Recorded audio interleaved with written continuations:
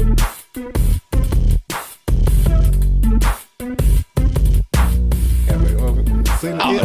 the intro with us. And then I'm like, oh, well.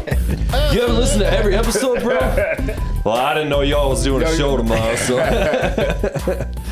All right, what's up, guys? So we got fucking Dave here. We got Shaunte here. How y'all doing? Hey. I gotta turn my shits up a little bit. You guys got enough volume? Oh, yeah, I can hear me. I'm Gucci. First of all, thank you to you. I know we had multiple scheduling snafus. First of all, I gotta raise my hand and say what a dipshit I am because I double booked you guys and I had already booked somebody else. And then, what was it, 2 weeks goddamn ago? Snowpocalypse fucking happened. So you guys are all up here. I'm down in Kalamazoo. And he was like, hey, it's getting shitty, and it was supposed to get worse all night. So I was like, risk sweet death here. So thank you guys for being flexible. Sorry for we all the appreciate you guys. We appreciate the team. Yeah. Thanks for having us. Thanks for having us. For sure. So how long y'all been doing the comedy thing? Well, me, I've been doing comedy for a while, since probably about 15 years now. Oh shit, you've been all right, yeah. Been chasing it for a long time. You know what I'm saying? My partner Shaunte, Turbulence Tyme, she's been doing comedy about almost over 2 years now. Nice. Okay. She's new and hungry. You know what I'm saying? And sometimes that's what comics who've been anything. You know, when you've been doing it a certain time, you kind of forget that lust, that passion for what used to be obtainable and unobtainable in other people's eyes, but then you meet somebody who they say, why can't we? And then they brings you back to okay. And I think I kind of draw that a lot from her. Nice. Okay. Hell yeah. That new energy, that not settling. You know, you get into something and you don't get to the certain level you want to be at. You start to saying, you know what? Give it up. I'll be good at selling houses. You know what I'm saying? So believe me, I know that. I know that, bro. But when you meet somebody who's like, you know what, the stars, you know, why not reach for the stars? And then you know, you kind of, I'm like, it's similar to vampire way. I'm taking the energy. I'm taking like she giving. Right. I'm taking it like that because it's like that bushy tail hunger. Like you kind of forget that how you used to be when things just go the. Well, and you're younger too. I mean, like you start getting older, start getting more comfortable, and I mean, life once life kicks your ass enough times. Yeah. Once you get beat down by life long enough, you know, you tend to. I remember being a very happy spirited, funny young man at one point. And God damn it. Disheveled, trudging, raggedy ass beard, half drunk, can't even talk. Yeah, I used to be a musician. Now I do a podcast no one listens to. So. No, that's cool, man. That's badass. You guys performing quite a bit? You performing together? Like, how y'all doing it? She's on her phone. You know, come on. She's going to go live. Yeah, I'm going live a little bit. So, you going live? Shit. You know that my family and my friends close to me. So, get that mic right up to you too there. Oops, sorry. It's all good. It's all good. So, what I'm gonna say is that as far as comedy goes, like my partner said, you know, I've been doing comedy for over 2 years now. I kind of walked into comedy by accident. So it wasn't something that I was really going to necessarily do, but comedian Dave Jones, he gives people an opportunity to be able to perform, learn their craft if they're serious about it. You know, just give them a chance if they even want to do it. And so I appreciate him for giving me an opportunity to expand on something that people have told me for a long time I should be doing, but I just felt like I wasn't sure because, you know, I was dabbling in like politics and other things, motivational speaking and stuff like that. So I ended up getting on stage and I liked it so much. I liked it so much. But, you know, the thing about it is I was talking about things that was actually going on in my life and people were laughing at me. So at first I wasn't sure if they were laughing at me or really like feeling what I was saying. Yeah. Right. So that first go around when I stepped on stage, you know, like I said, Dave gave me an opportunity to get on stage and be able to perform. A little bit of time passed. He called me back to come again. And so when I went back the second time, I knew then once I touched that stage, Turbulence was really born. Yeah. Nice. Yeah, Okay. Turbulence Tyme was born. So that's like your stage name then? Yes, my stage Okay, I name got is you, I got you. Turbulence Tyme. Okay, that's cool. You know, it came because, I don't know if y'all know this or not, but you know, like when you're in an airplane and you flying, Yeah. you don't know if you're going to have a lot of turbulence or a little bit of turbulence, but you knew that turbulence was there. That's me. That's how I Good came call, up with good that call. name. So it was unique, something I never heard of. I know that I've never met any other comedian with that name, and so I feel real strong with it.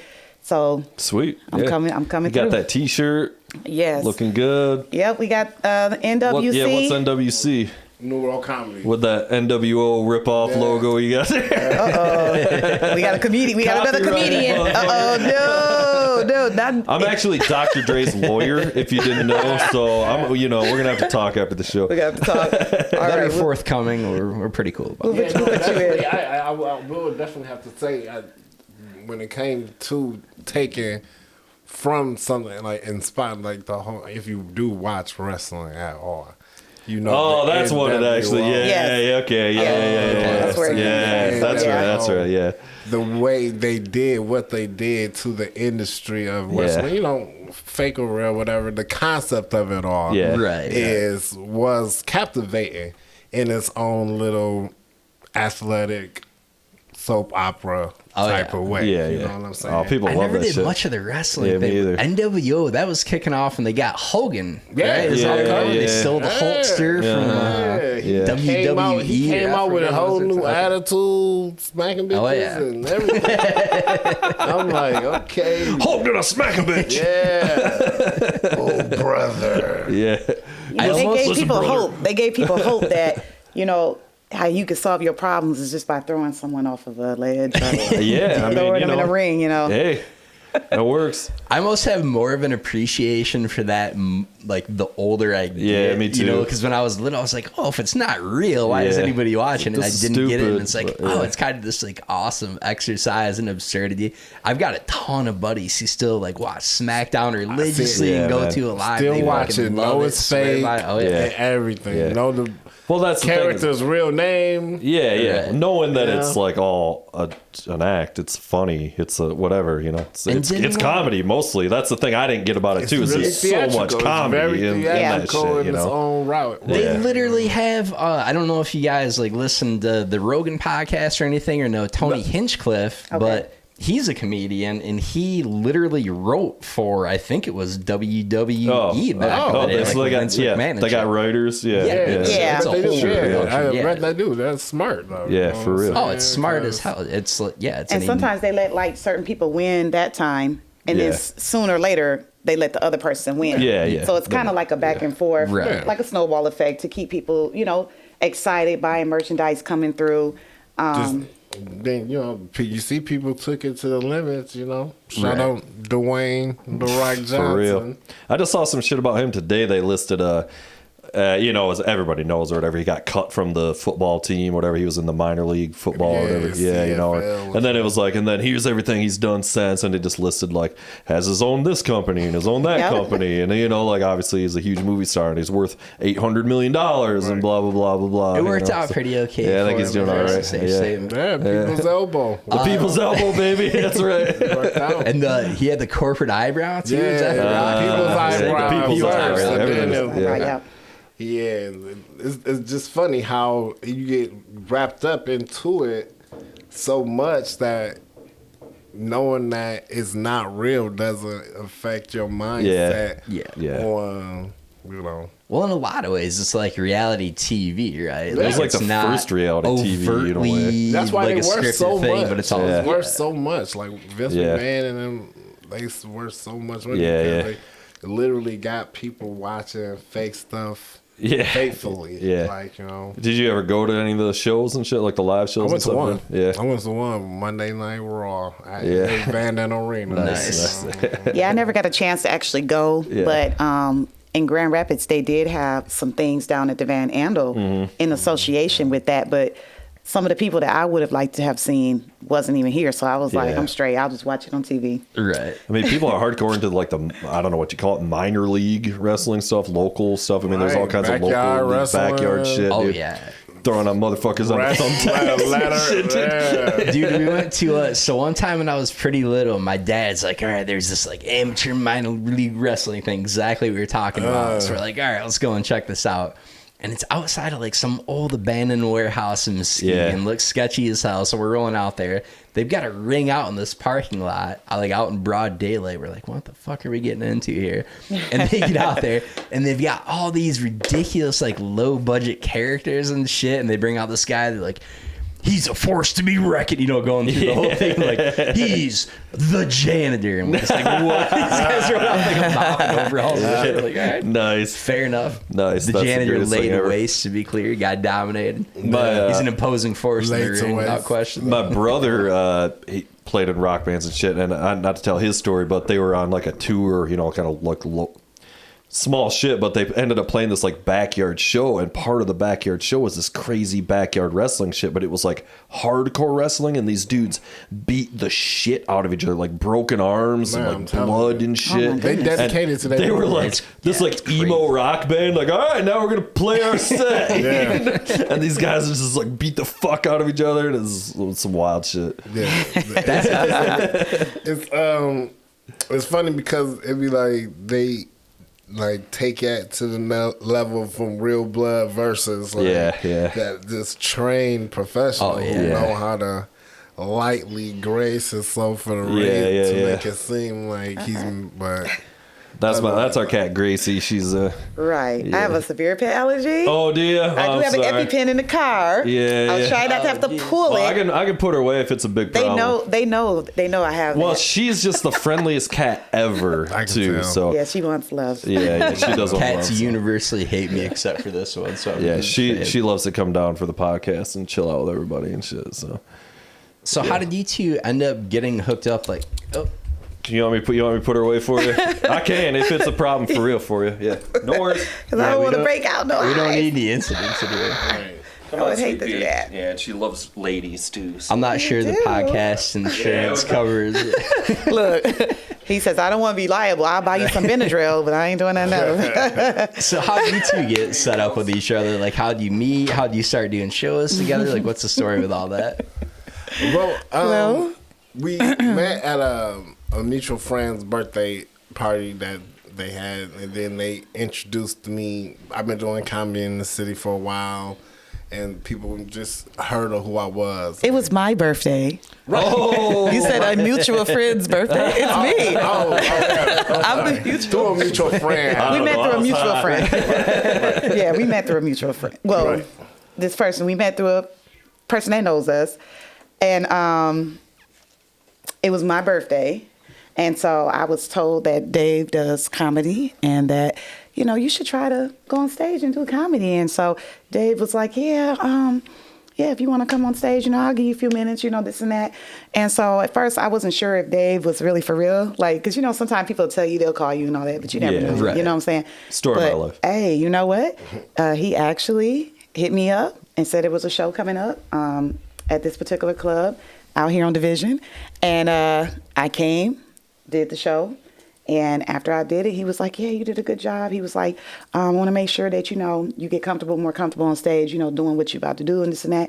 So he was like, I'll hit you up when, another opportunity come. So like I said, a little bit of time had passed. Another opportunity did come.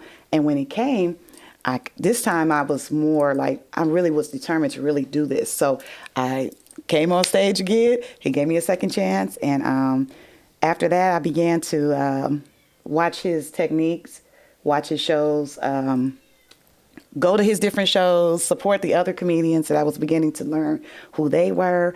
And I'm going to say about not even 6 months after actually meeting Dave, I came to him and I said, you know what? The caliber of comedy that you do, I think that, the way that you do your comedy and the way that you present yourself and just stuff like that, you should be doing this instead. So it was kind of like, I felt like, well, why is he even in Michigan? Like, I felt like he's just as good as the mainstream comedians. Like, that's just what I really felt. I feel the same way. So I didn't feel the same. I said to him, you know what? Let's let's do some shows together. I was helping him pass out the flyers and, just do little things like that. And then he trusted me enough to let me choose a theme. Okay. So a lot of our shows are based off of themes that we select. And so he gave me an opportunity to do a theme, and he even let me do one where he wasn't present, just to kind of see if this is something I really could handle. Because I was kind of scared at first, like, you ain't even here. I don't know if I'm going to be able to do this. They're not going to listen to me. I didn't know, Mm-hmm. Oh, yeah. But he told me, look, do you believe in yourself? I said, yeah, I did it. And after that, he trusted that even if he wasn't around, Turbulence Tyme could actually handle the comedians and run the show. Yeah. So then after that, we actually sat down, had a real conversation about it, and he allowed me to become his partner and under New World Comedy. And so it's been off and running ever since. So we just, we put together shows. We hire comedians to come out. We give people mic time. I mean, it's been a very enriching journey. I've learned a lot, from the business aspect of it. Sure. Not everybody's going to be a fan. Not everybody's going to feel it. You know what I mean? But, we strong. We keeping it moving. We the new wave of comedy. And if you ain't down with the new wave, you're going to get left in the surf. That's how we feel. So where are you guys doing most of your shows at? You got like certain clubs you work out of mostly, like the home base kind of thing? I've been traveling. I've been doing travel comedy for like a long time. Okay, like, so you hitting the road then and shit. Greyhound, Megabus. Yeah. All of that. Like, Real road warrior. Yeah. So I really got locked into a lot of different, through comedians though. You know what I'm saying? It's like, I don't got, like, through comics, you meet the promoters, then regardless of course the promoters, club owners, whatever. Yeah. Exactly. So it's just moved around. I always in the beginning, I was able to do the Apollo Theater in New York. Nice. Oh, wow. Yeah, it was a great. Is that they boo you off, right? That's you get booed off? No, man. One of the first comics in like 10 years to get a standing ovation. Oh, hell yeah. Nice. Yeah, that's their whole like that. shtick out there. They're a super tough audience, and if you suck, you're fucking booed right the fuck off. That's a tough way to cut your teeth. One word. Lines get off the bat. Yeah. And thankfully, they were able to capture that on YouTube. So if you ever go to YouTube, you can check that out. Once the city kind of got wind of that and stuff like that, I started doing shows at the Wealthy Theater.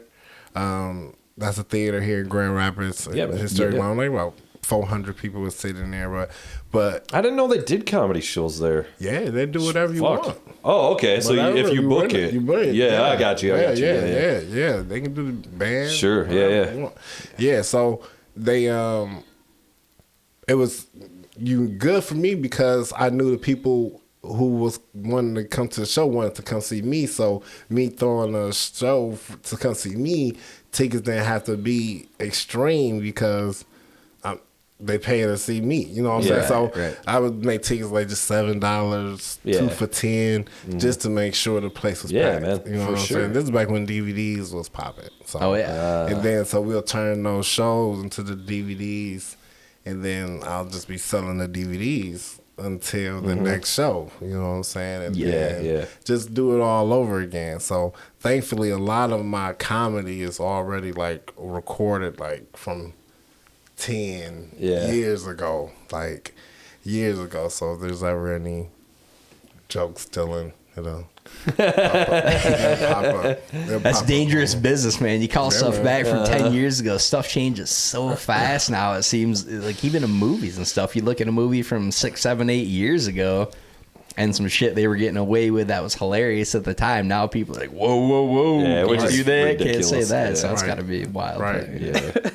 They got to get paid for everything, it seems now. Yeah. Is that like, are you guys thinking about that when you're going up on stage? Because people are touchy nowadays, right? Like, you know what? I think people are trying so hard not to be. Yeah, I think fuck that.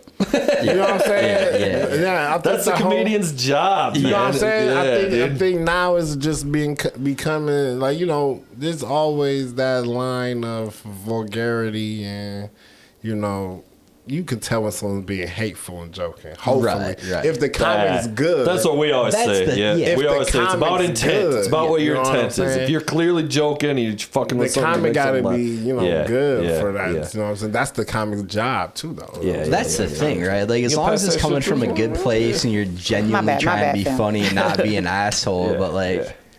It's scary shit these days. I don't know, man. Everybody's just too up in arms over stuff, and it's like, you gotta fucking calm down a little. You sanitize stuff too much, and it's like, what the hell are we gonna have left if you can't joke about anything? Yeah, I know.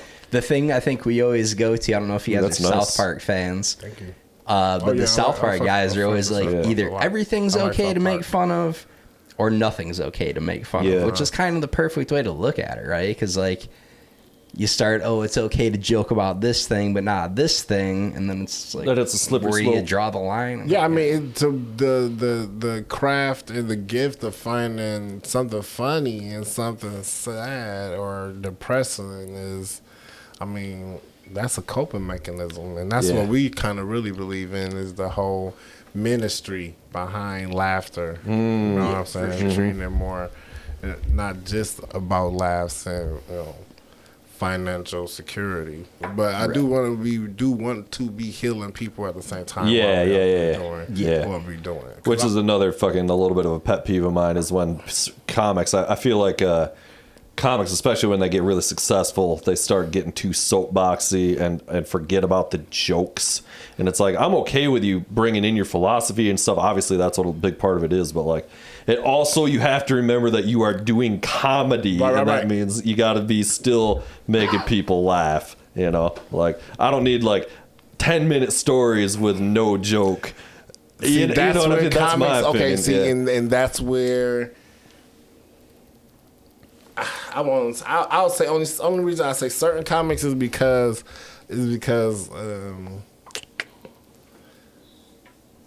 only because of who's considered like the George Carlins and you know, great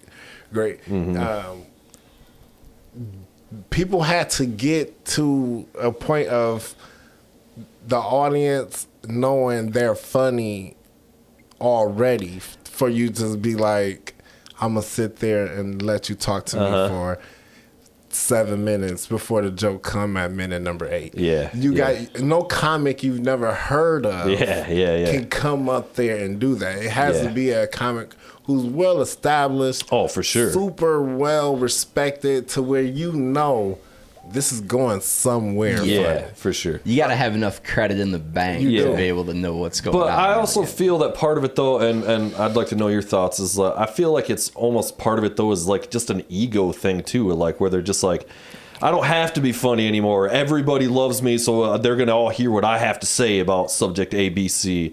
And it's like, I don't know. I'm like, yeah, dude, okay, but like, you got to bring the funny still, man. That's, you know, like, I don't want to watch this if it's like, you gotta understand. Yeah, that's where some comics be at. Some comics are at that point of, I'm gonna want you to laugh from beginning to end because I want to be with that person who feels that they got the right. It feels like people are not just there to laugh, but to hear their philosophy of life with humor attached to it. And I'm okay with that, but when it just starts to becoming like no jokes, I'm actually sometimes comedians, you know, they become idolized. Yeah. And so for me, I see that already early in the game. And I see that it's a lot of entitlement to a name. And what I don't want to ever do on my side of it all is this. I don't ever want to forget those who came before me, those that were there when I was there, and those after me. So in order for that to happen, I got to remember, hey, these people are paying to see a show. These people are paying to see the actual entertainer. They don't want to get a hard time just because they're trying to get a simple picture or a simple autograph or whatever. I mean, you know, I just want to be accessible to them, especially if they're paying to come in to see, you know. I don't want it to be like a hard issue where they like, wow, she's funny, but it's hard to get close by her, you know what I'm saying? Or her security's so rude, or just all that kind of stuff. I don't ever want to like experience that. And I've seen sometimes at shows people, they get so whisked away with the fan part of it all that they just forget that, hey, you still are being booked. If nobody books you, you won't have no money, you won't have no job, you won't have nothing. So kind of take that back a little bit. So the good thing about New World Comedy is, though, we so diverse with the comedians that we choose. We want to give everybody an opportunity to be heard, and we rotate the different comedians around. So we'll go to a show, and if we see somebody there that's actually doing it, we'll speak, you know, get the information. And then, like, when we do our themes or we do our shows in general, we'll be like, hey, remember such and such we seen? Yeah. Let's give them a call, see if they're available, put them on. Yeah, trying to build that kind of network is and it's invaluable to comics. I mean, it's the same thing in music or anything. I mean, that's, you know, you're out there doing the thing. Like, I think everybody, and rightfully so to some extent, like, people want to separate the art from the business, right? Like, it's all about the music, or it's all about the comedy, or all about the this. But at the end of the day, it's all ultimately a business, and it's all about relationships, right? Like, to your point, if you're inaccessible and nobody can talk to you and they think you're a terrible person, like, which it's going to be to your detriment, and nobody's going to like you if that's you too, you know, like nobody cares how popular you are. If you're a fucking dick, nobody cares, you know. Like, it's like, fuck, you know, I can say that Dave, he's taught me that even if somebody don't like you, or even if somebody, you know, show you red, you know, still try to give them green on top of red, you know. Sometimes people will eventually, they if they know that you're a force to be reckoned with, and they know you ain't really trying to bow down anyway, either they're going to end up coming close with you, or y'all going to always just stay separated, you know? Yeah.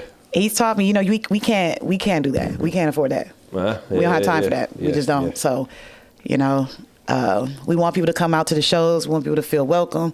We want people to know that when it's a New World Comedy production, it's not like everybody else's production. So even if they do try to mimic what we're doing, it don't matter, because it still wasn't us. So, I mean, we encourage everybody to do their shows. Everybody got their own comic style. Yeah. You know, we respect everybody in the game, you know what I mean? Right. But, you know, we just want to make sure that they understand New World Comedy is a force to be reckoned with, and we here. So how do you differentiate your shows from other people's then? I mean, I've heard a little bit already, but tell the people, as it were.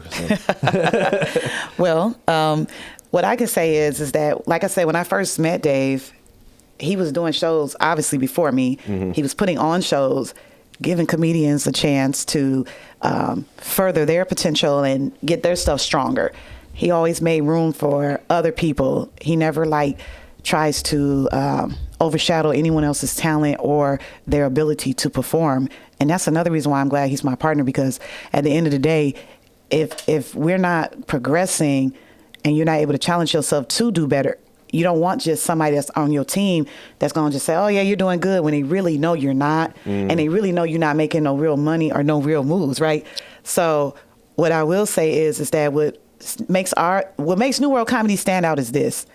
We do 420 friendly comedy shows. Yeah. Well, that alone is like the sweetest thing ever. And it's such a no-brainer, frankly. Yeah. And it's like, but to be able to actually figure out how to do it. Right. Yes. Yeah. Right. Yeah. Exactly. Yes. And that's the whole thing of it all right now. You know, like right now with the whole weed and prohibition of it all going on in America right now. We know there's only in 22 states right now that's recreational. Yeah.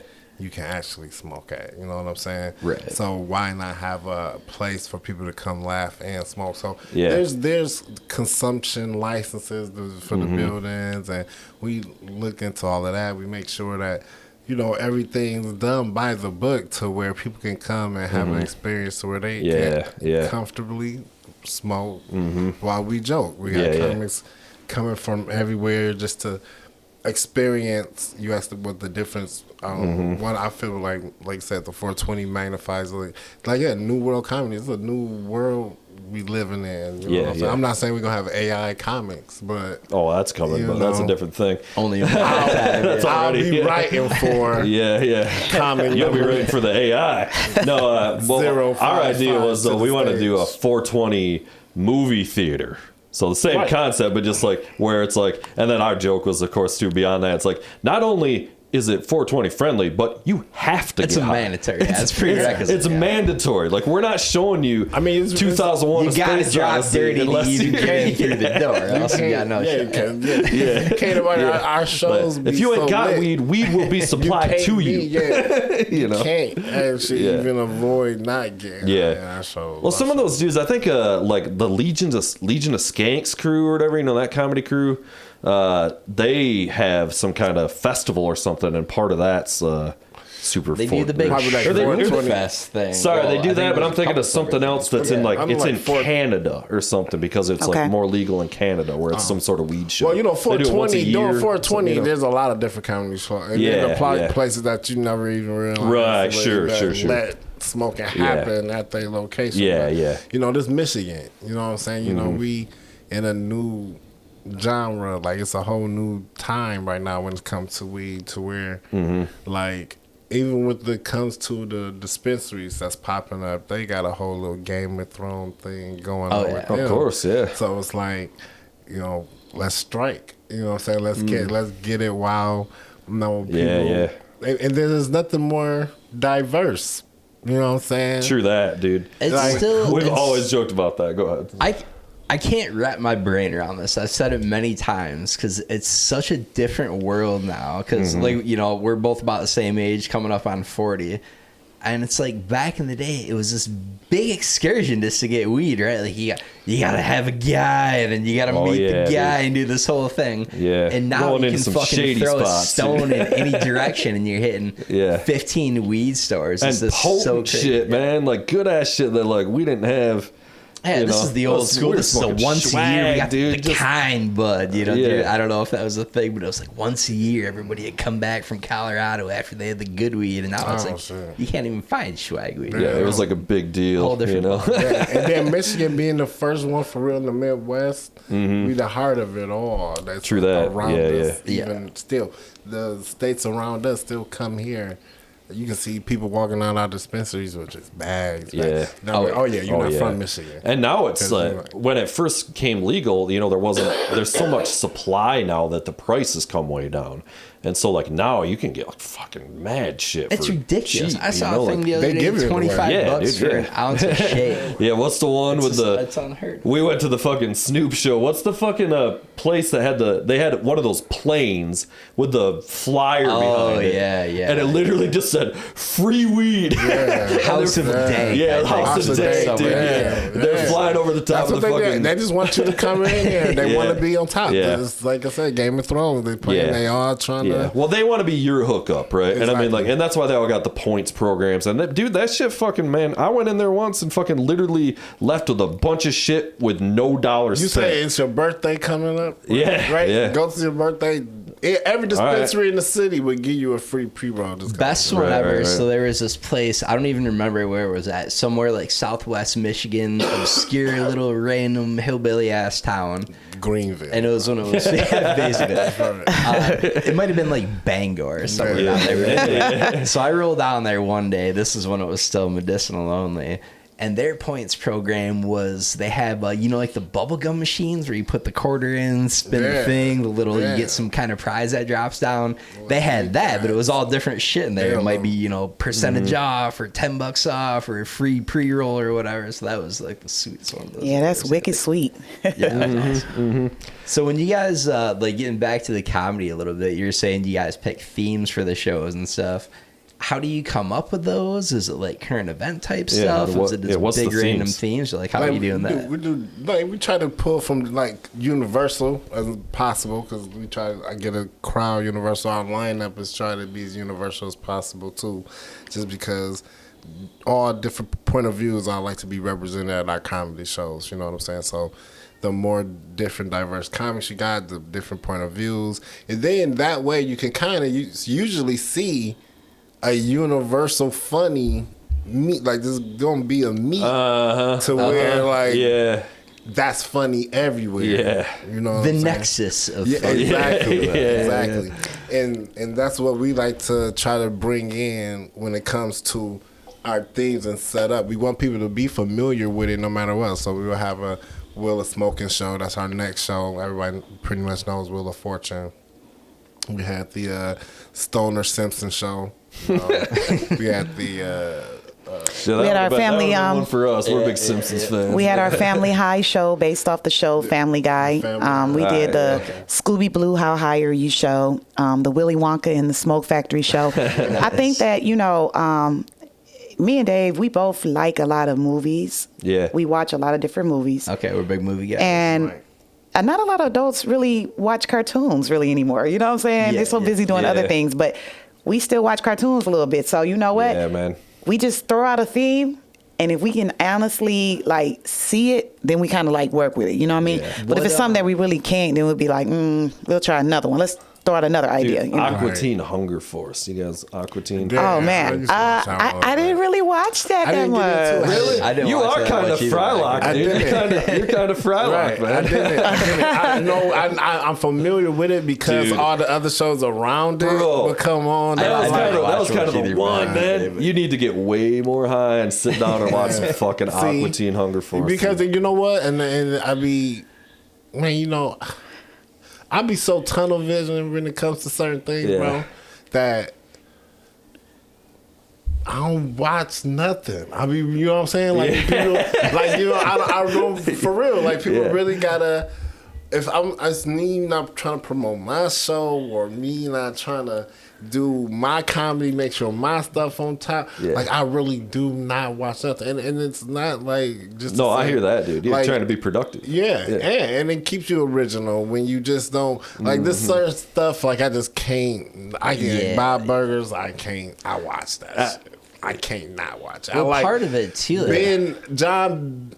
But you don't know Aqua Teen, man. That was kind of the original. It's an okay cartoon, but it's just not. For me, it didn't catch. That's so funny because to me, it's the most random, funniest shit. See, I think it was too random. It's very random. Too random. So what do you guys' go-to cartoon? I know you said you're not a big TV guy, but what are the cartoons that you hang your hat on? What are you going to war for? We watch Bob Burgers. Okay. Yeah. That's Adult Swim too, right? Or is that Comedy Central? Well, it's adult. It was Fox, but it's on Netflix. Yeah. It's on Netflix now, so Hulu and stuff. So I've seen a few of them. It's really funny. Yeah. People are super. It's the guy from Archer. He does. Yeah, I read that guy's book. He does. Actually, his voice game is crazy. His career is crazy, and because he did stuff on The Simpsons way before he even had his stuff going. No shit. Okay. And it was The Simpsons on the low kind of blew him up because of his I think it was the quickie guy voice, not a poo, but there was another just a random guy voice. Well, Archer's a fucking funny show too, man. Yeah, that was a hilarious show. I hated to see it in now when I do watch something, here's probably the thing with me.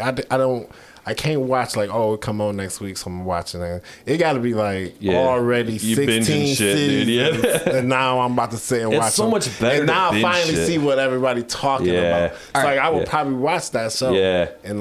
I got a counterpoint to this. I've got a very different view. We talked a little bit about this in the past. I love the binge. like everything in life, there are pluses and minuses, right? Nothing is totally good or totally bad. The binge, though. What the binge gets rid of is the Monday morning talk about the Simpsons episode that everybody watched at 8 o'clock last night on Sunday. That's fair. And that's gone because shit is available at any given time.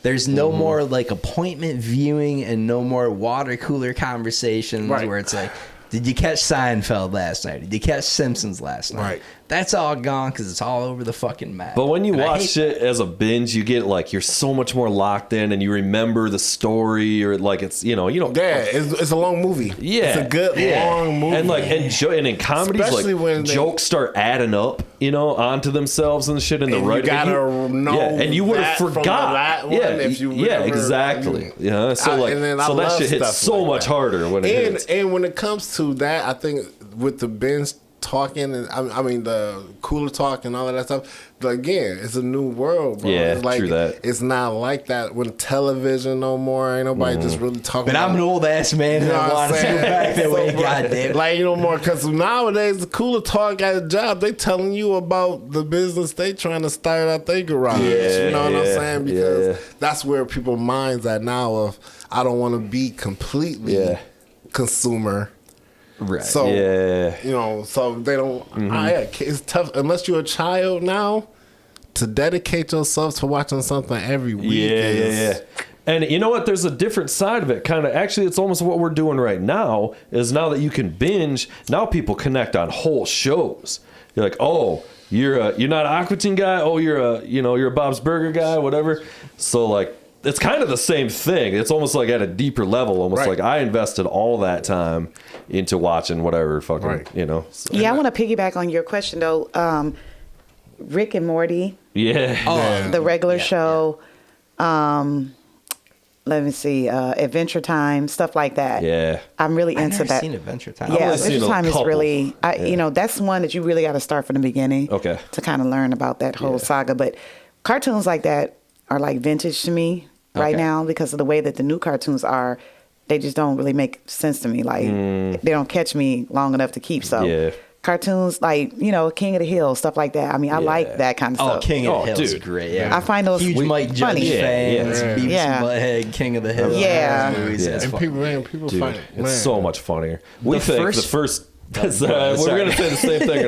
The first I say about 12 whatever seasons of The Simpsons, I think it's like the greatest comedy maybe ever made. It's so subtle, it created so funny. so much more still off of it though. But King of the Hill, also hilarious. Is Beavis among and the most Butthead, man. underrated shit of all time. Like especially those early King of the Hill. And I've got some of my bitches with like the later seasons. And they got a little soapboxy. Goes off the rails. I won't get into like what I was talking about earlier. The original like handful of seasons of King of the Hill is some of the like most understated, just dry, subtle fucking. And that's my thing. Like I'm not a Robin Williams guy. Hey, I'm the wacky, loud comedian. Like I just want it to be dry and subtle and funny because I feel like it's a harder trick to execute, right? Like anybody can be the fucking wacky, loud person, which is fine. It's not something ideal. so casual as drinking with friends. Hilarious. But that King of the Hill shit, like Mike Judge, and it makes you laugh internally. You know what I'm talking about? Yeah. You don't always have to like, for example, like.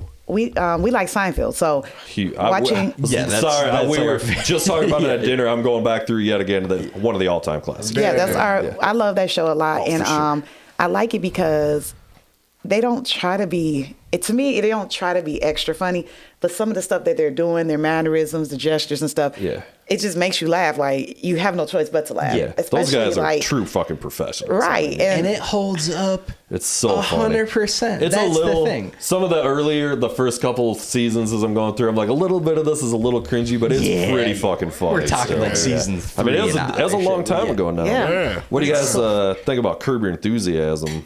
That's one of my favorite shows. Larry David is ended, one of the, I thought it ended a while back. He keeps doing it, but this is they're saying like, I mean, their whole promo for the new season's final season. This is it. See, I don't watch nothing, and see that's what I'm saying. I don't watch it, and then there's some like and again, it just go back to, what I'm saying, back to bit because that's something I would be like, I gotta wait for the whole season to be done for me to watch it from the beginning to watch this whole new thing because if that's true, I gotta go. Because The Office, one of my favorites. Is it? Yeah.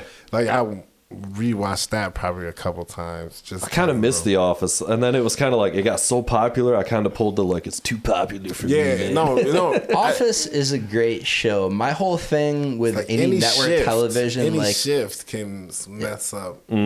And if you're able to be like legitimately funny on a network show, it's so much harder because like HBO, you can drop F-bombs, you can do whatever the fuck you want. Like you can get wild, nudity, whatever. But to like stay within the confines of censors and whatever, all that, and still be funny. Simpsons did that too. I mean, it's so funny thinking about how Seinfeld, I would argue, is the most brilliant show of all time because it was the funniest thing legitimately, and it was on network TV, and you can watch it 30 years after the fact, and it's still equally as fun. Well, so's those first 12 episodes of or 12 seasons of The Simpsons. 100%. But the Simpsons, I mean, it went. I don't think anybody really disagrees. Maybe you do that. It went downhill.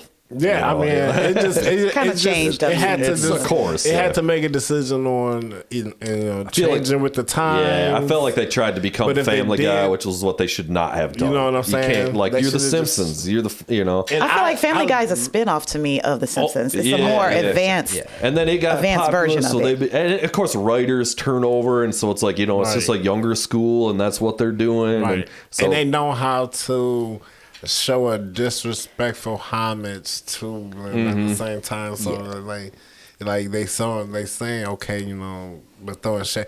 But it's just, I don't know. It's tough. It's a tough.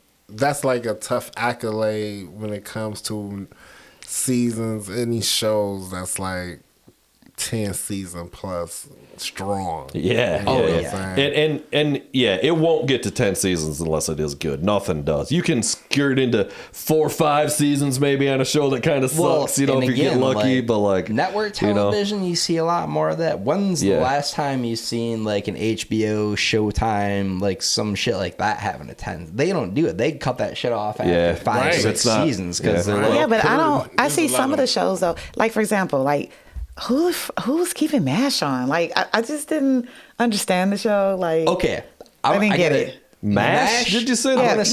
The war show? Right. Like I didn't understand why was that even. What I'm saying is that went past the recommended seasons. It should have stopped, but it just kept going. And they should have kept going, but they had a strong. So the answer is ultimately that's what I think. It's that money. Cashish keeps. They There's a lot of shows that did that. That just kind of just went, you know what? Fucking The Walking Dead. The Walking Dead. That was God. That should have ended. And The Simpsons. You could arguably even say that. You know, you didn't even have to have cable as long as you had a hanger. Like you could just watch that stuff. You know what I mean? Like that's crazy. Get the Rock the Old Rabbit ears. Right. And then you know they tried with like 2.5 Men, but I liked that show. I never watched that. I love that show. I was out of the network shit by that point. Ashton Kutcher came on there. Man, it changed up. It changed up. There is that. There's always that too. Like it's like, okay, guys, if Sheen was it Charlie Sheen that left or whatever, the whole thing. It's like, guys, like the show's done. It's like when Chappelle left Chappelle's show and they tried to do that bullshit ass season 3, trying to salvage whatever. And it's like, by trying to have the untold. When the stars, I think that happened in MASH. Didn't one of the big stars leave in MASH and they did a few more? And then they tried to do it. I think with Cheers or something. Same. They all do that. Topher Grace left 70s show like before everybody else. They did it with The Office. Yeah, he left a couple years. It's kind of like when Michael Jackson left the Jackson 5. They still continue to like keep stuff going, and you know they made some hits. Nobody gives a shit. Tito they made some hits. Michael's gone. It's done. Right, and we're still talking about Michael. Like we're still trying to do concerts with Michael. They have a whole new movie that's coming out. Another movie. In 2000, like I think next year. I want to say the Jacksons or just Michael. About Michael again. So it's like we understand that the moonwalk is an iconic dance. We know this already. But there are still people out here who are impersonating Michael, wearing these clothes and getting paid. And it's like, when can we let Michael? I saw one. Can we just let Michael kind of rest? Really? Like, sure. Michael probably wouldn't want this going on still. There's but one Michael. Well, I mean, he's one of the most iconic. It's gonna be you know what I'm saying? And the story of that man's life is. Having said all that, if there's a kick-ass Michael Jackson guy out there, I'm gonna go get roasted. The songs and see are timeless. Timeless, bro. I'll see that. Some half-ass moonwalk. It's tough to not. Still like 20 years. Well, I did with my buddy fucking Bubba. I did like I didn't. He produced it, but I edited and shit. No. I did a 16-hour long podcast examination of Michael Jackson. And it was my homie Bubba. He interviewed like MJ's lawyers, like just everybody, and a lot of it was about like the I don't know what you call it, the rape controversies or whatever, you know, all that later, the trials and everything. And he got some and a lot of that involves stand-up comedy. That's how he met. Chris Tucker is a big player. It's fucking wild, dude. It's wild. The guy that ran, it's not the Comedy Store, but it's the other big comedians club in LA. Laugh Factory? It might be the Laugh Factory. And he's a well-known character. He's a Latin dude. And I can't think of his name, but Yeah, it's just wild shit. So like Michael Jackson, it's like you can't not talk about him. It's just it's an American tragedy. He's one of like the 5 to 10 most recognizable humans that's ever lived in entertainment history. Yeah, Right. I would argue he's the best entertainer. Because that's eventually ever they're gonna lived. have to write new history books. Eventually, right? yeah. So Michael obviously Michael needs to Jackson will have to be in the book. At least a music class, with Beethoven and stuff like that. Hell yeah. At least a music class. I mean, I know they're going to put Cat Williams in the new book, so he's going down in history too. One of the top comedians. The stuff that was going on not too recently with all the podcasts making the big hubbub. I didn't get the big deep dive on it, but I know it like broke the internet for a couple of days and all the shit going on with that. You know, what's in the dark does come to else. light. I think that Cat Williams is a amazing comedian. He does what he does. That dude's fucking hilarious. I think that sometimes though, like we were just talking a little earlier, the comedians can let the idolism and the whole business part kind of overshadows. Of that. So he hears a lot of things. He's seen a lot of things. And I think, he's one of those type of people that, I'm only allowing you to lie so long. You know what I mean? You're not going to keep lying, especially if I'm around. So either you tell yourself or eventually it's going to get told, So when people try to make it seem like the stuff he's saying is crazy or just like overly over the top, he's got to let people know, hey, no, y'all not going to do that to me. You know what I'm saying? I work too hard just like they worked hard. You know what I mean? I'm doing what I'm supposed to be doing. They need to do what they say they're going to do. So that's what that is, There's a lot of comedians that are like, dude, Cat Williams gave me the biggest break of my life, like shit like that. So, I mean, he's got a lot of respect. One of my favorite bits of all time is his, and it's a weed bit, of course, and he's got that thing where he's going, marijuana has a chemical in it called fuck it. Yeah. That's classic, it's on like his definitely. biggest special, I think, maybe, or something, but like, man, that is so fucking funny, the way he delivers that shit. And his material is original. I don't feel that he has time or patience really to steal anyone's jokes or anything. If anything, when people say that a person is stealing your jokes, I feel like it's a way of them paying homage to the artist. But it depends. It's how they go about admitting they did it, though. Don't say you didn't do it if you know you really did. Don't lie. Say, oh, this is mine for sure, when you really knew it really wasn't yours. That's all I'm saying. All music is derivative of the music that came before, and I mean, all comedy is too. Right. So it's like, you're gonna, I mean, like almost every comedian kind of starts by like modeling their favorite one or two comics, just like musicians do or whatever. And right. You even kind of fix their delivery and shit. Yeah. That's the reason I had to stop watching everything. Well, who were you guys? Who were you guys? I feel like, me off top was Eddie Murphy in the beginning. You know what I'm saying? Yeah. I feel like he really... Did you wear the red jumpsuit your first time? We need to break that out for the pod one of these days. Right. They wear them for costumes. Yeah. That's another iconic, Fuck yeah, it is, dude. When it comes to history books being written again, some acting classes like... He's saying he's going to come back. That rumor's been flying around a long time. And I feel like that's one person, again, when it comes to who you would allow to start with something long. Yeah. To see where this is about to go, because he's so solidified as being hilarious. You just know something's about to make you laugh. He wouldn't do it unless he had something to say. I don't think. I think he would come for the quicker. Yeah. Like, just because it'd be his comeback. You know what I'm saying? You don't want your comeback to be too laggy. You know what I'm saying? When Chappelle does it, but it's his like fifth one. You know what I'm saying? So well, that's what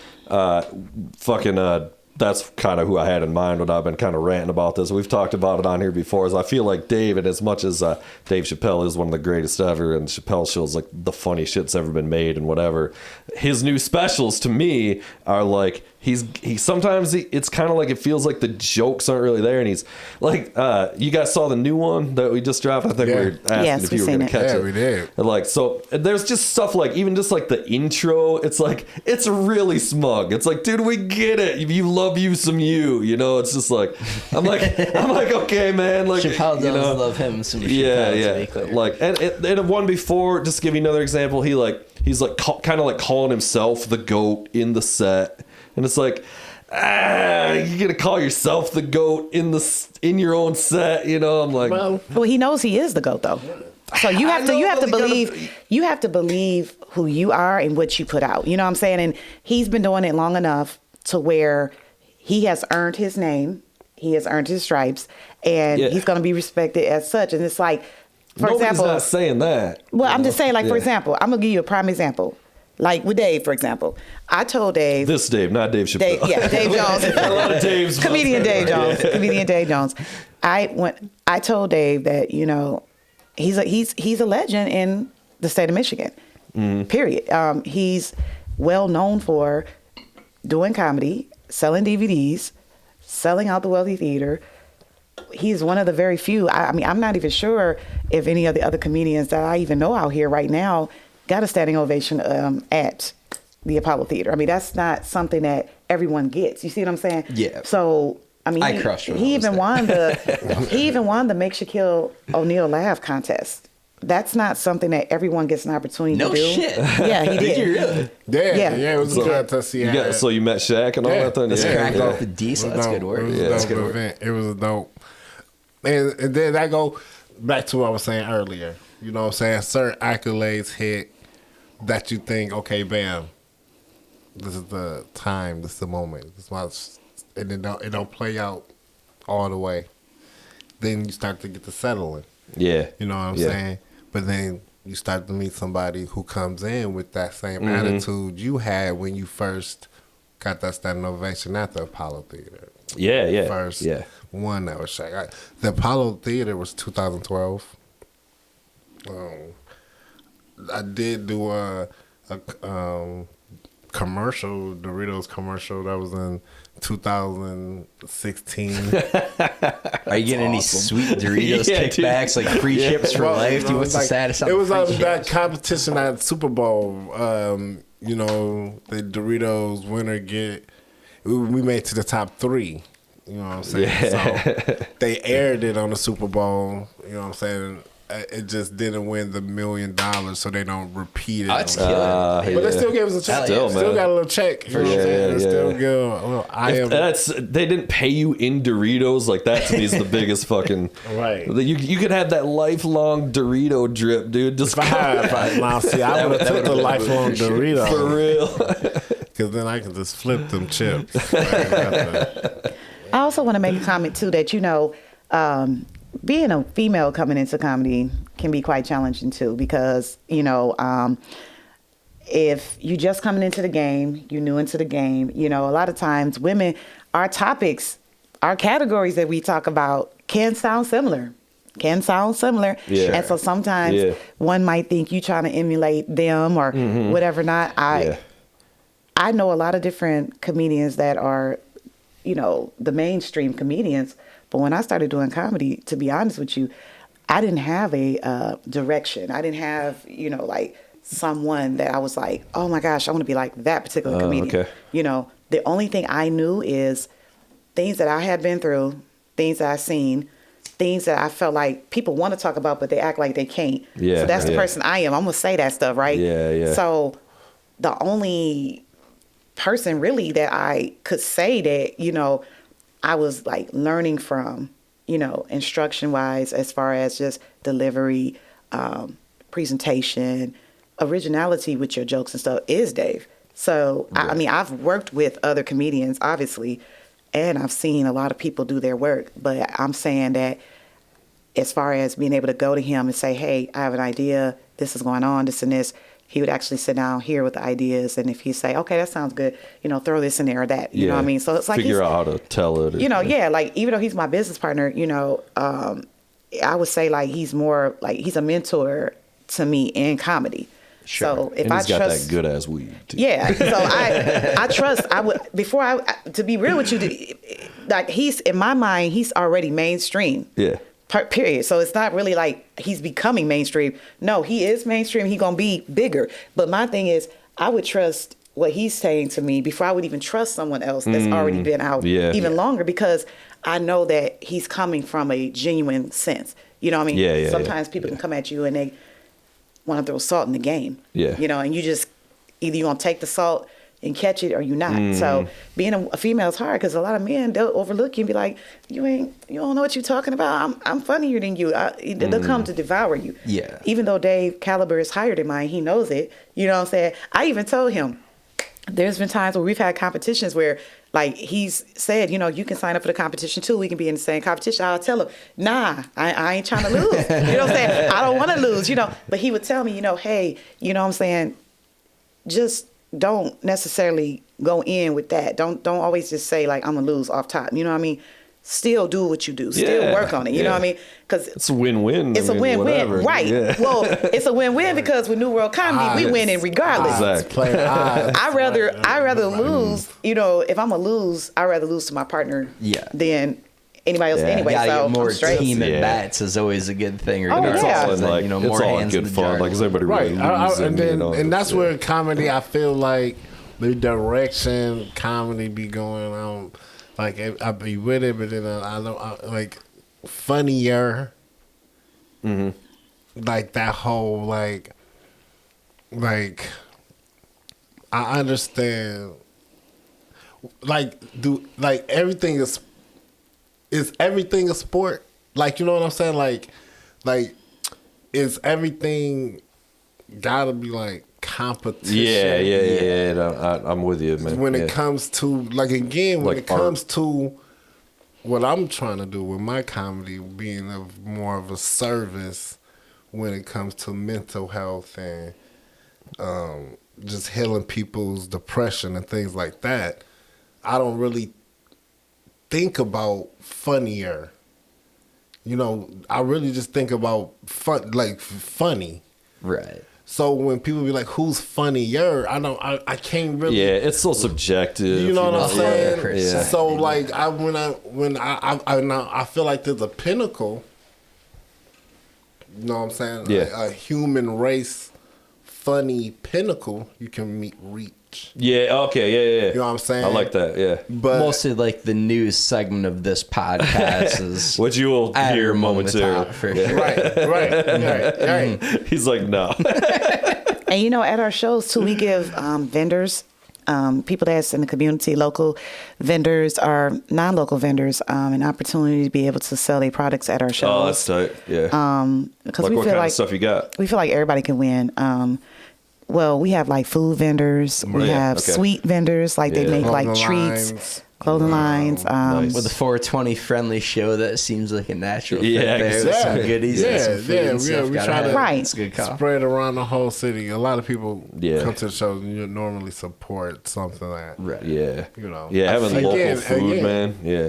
Like, sorry to throw it back a quick second. I think that's even more true for comedy than any other art form. Like, there is no necessarily like funnier hierarchy or whatever. Like, even music is different because like it's a similar art form in a lot of ways, but I think with music you can at least like there's a difference between I do and I don't like it. But there are certain boxes that you can check where it's like, okay, this might not be my deal. I might not dig whoever this is, but they're objectively really good at their craft. Like and that's Michael probably Jackson. a little bit true with comedy too, but it's just so much more. But he's also the free-form. best shit ever. I mean, like, his songs are the shit. Michael Jackson, like we just said, Michael Jackson. yeah. You know what I'm saying? Or like, when it comes to like, best rapper, Tupac, or like all of that stuff. But Like Michael Jackson, like he's not good about, like you might not like he's Michael so Jackson, good, but he's great. The right? world But is for comedy, basically forgiven the fact that he may have been having sex with children. for comedy, That's how it's good just the man is. It's crazy, dude. It's just so different, dude. Like some crazy. people, and I'm a little bit different. Even like this is kind of one of the things I know you're not big on, like the big long story and shit. I'm cool with that as long as it leads. Like, I'm good waiting 5 minutes for a joke if I'm engaged, right? Like, if the person's a good storyteller, right? I don't mind. I kind of love a big fucking. I like setup. my sets. When I do my comedy sets, I usually come out with some real funny ones, boom, boom, boom, to get your confidence. He's funny. Then I hit you with a longer joke. Right. Then, because he's funny. I know something's coming that's going to be funny. So I'm gonna let him take me that there. totally makes sense structurally, but it's just so different. That's how, and that's why I do kind of like when I do my sets and stuff like that, and I will shout out Family Guy for this because it has a controlled ADHD. Oh yeah, set way. The way the storyline, but then there's always, like the time, and then they're cut to like the time, and then go back to the story. A whole comedy can be set like that because as I'm talking to you about a joke, something about that pops in your head. You can talk about that, then you'll jump back into your story. I see. Yeah, that's it's funny because that's also the big criticism that like South Park had when they were ripping on it. Did you see the South Park where they basically do Family Guy or whatever? Their whole basic watch nothing. But they're essentially though their criticism of it is what you just described. They're basically saying none of the jokes in that show relate to the actual story, and therefore it's kind of like bad writing because it's not story driven jokes, right? Does that about sum it up? They're doing it in a hilarious way, which is to say again that it's like objective with comedy more so. There's so many different means to the same end path, and I think it's even more diverse than music, man. You know, I tried to watch South Park, but there was a particular episode that they aired that caused me to never watch it again. Really? What was that? The episode there could be many issues. No, this one, I felt like for me, this one kind of like took the cake, and I was just like, you know what? I turned the TV off after it, and I just was like, my spirit. It was not good. So I was watching South Park, and it was a helicopter that was in the air, and it had Kobe Bryant in the helicopter. Oh, they did a Kobe thing? I didn't see that. This is before he passed away, though. This is what threw me off. So this is what I'm saying. This is what threw me off. So he was in a helicopter, and if you go to YouTube, it is on YouTube, which I don't know why they still have it on YouTube. But yeah, check that out. It's called South Park Helicopter Crash, right? So anyways, he's inside of the helicopter. It's Kobe Bryant because what the South Park character said to him as the helicopter was kind of like lowering down. He says, "Hey, you're Kobe Bryant." He was like, "Help me." And he says, "What?" He says, "How do I know it's really you?" So he put his hand up and he showed 5 rings on Kobe's hand. Yeah. And then all of a sudden, he was like, "Oh, sweet, it's Kobe." You know, he was like excited, jumping up and down. They showed the thing jumping up and down. Then all of a sudden, the helicopter just crashes right in front of the character. And this was This was before he died, yes. Wow. And so it was really like, when I seen it though, Kobe said, "Help me." And the character didn't try to help at all. All he did he was jumping up and down like it was funny. And the helicopter, like, when it crashed, not even like 10 seconds later, it just like, like had a that, big explosion right there in front of the character. Yeah. The character starts running away, and then it's like people at the door, and it was just like I didn't understand, like, why would they put that on there? Like, I mean, and he was still alive. Yeah, they couldn't have known. I know, but the fact is, after he died, the way he died, they put a comparison. See, this is the part. No, that shit's fucking crazy. They did a comparison. They said Kobe Bryant died, you know, and so then like shortly after his actual real life death, they had a comparison of the video and how it looked at when the original helicopter crashed versus on the cartoon. And so I just was like, you know, South Park, to me, I just felt like they really shouldn't have did that. And people were asking for it to be pulled after it really happened. I can see it after the fact. They didn't pull it though. Yeah. They still kept it on. Like, why would you keep it on? Pull it for the sake of, you know. So I just stopped watching that show after that. Like, I just didn't really think it was funny. It, and everybody's got their own line to draw or whatnot. Like, for me, I'm a fucking savage. Like, I just don't get offended. Like, it's not like you can say the most horrendous shit to me. It doesn't bug me, but I get that. But I hope that people can at least like dig the fact that I like that they're pushing the boundaries. I like that they have just made this proclamation like, we don't give a fuck. We're going after everybody and anybody.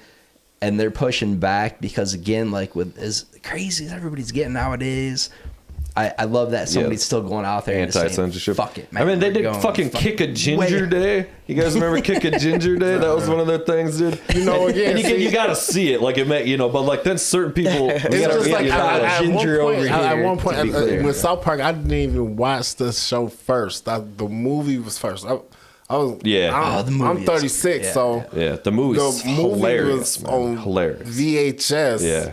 I never even heard of South Park. My dad had the VHS. I watched it as a kid. And then I'm just like, shut your fucking face, Uncle. Well, the plot of that movie is anti-censorship. That's what that movie is about at its core. It's they censor the two comedians from Canada. That's the plot of the movie is they shut down Terrence and Phillip because they're potty mouths or whatever, which is it's so fucking meta. I mean, it's everything that was happening to South Park written in a movie, and then they made it a musical. It's so fucking funny, man. I gotta throw it back a quick minute. I'm gonna say one of only like 3 brilliant things I've ever said in my life. This popped into my head. Okay, are you ready for this? I'm gonna disclaimer here. You ready for this? Disclaimer. Okay.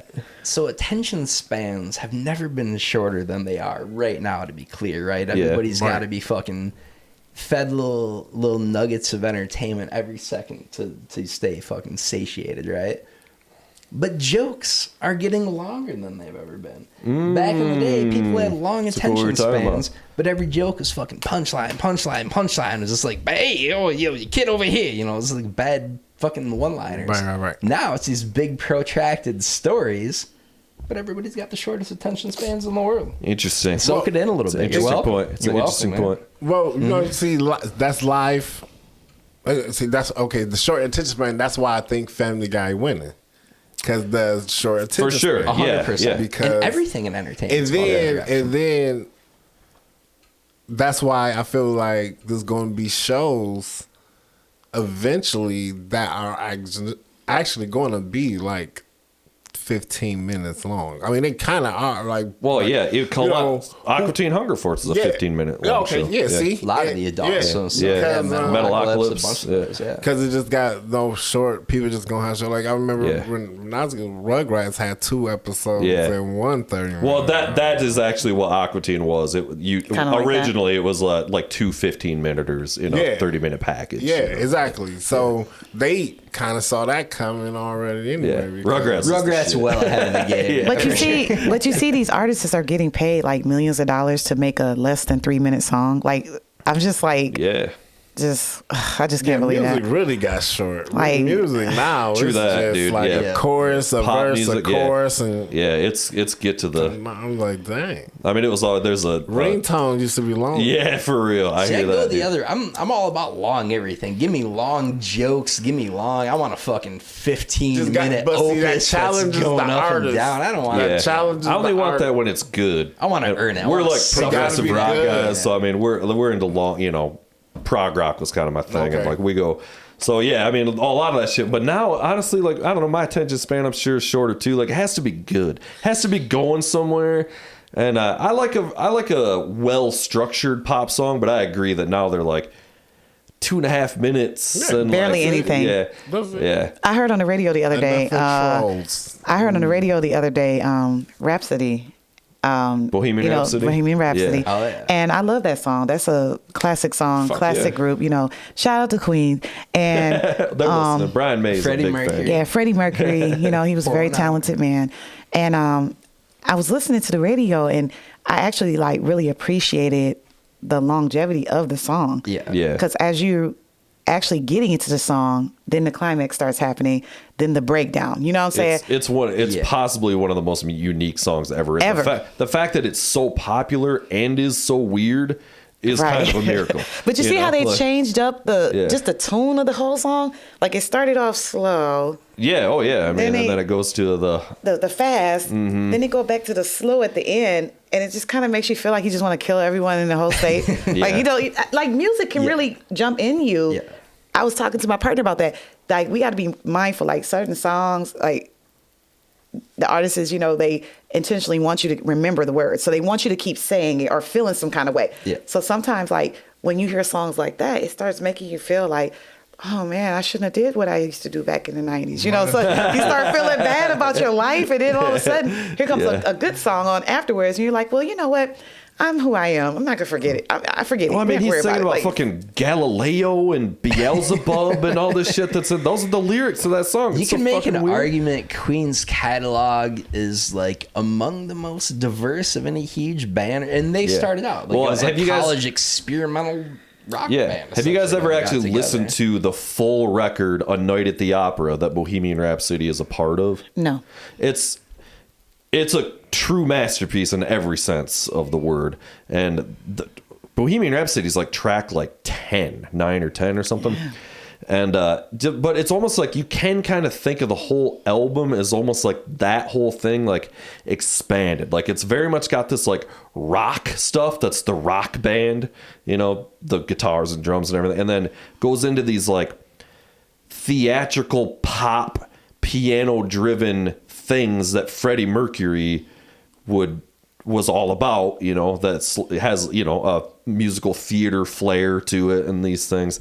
And so there's like, it'll be like, you know, the first song is like a fucking ripping rock song, and then it goes into this like really weird, only like minute and a half, like super pop song with like horns, and like it's like the piano stuff, and there's like no like guitar, and then the next song is a rock song. So definitely like fucking smoke some weed, check out fucking A Night at the Opera though, and the whole record's only 45 minutes long, you know, or whatever.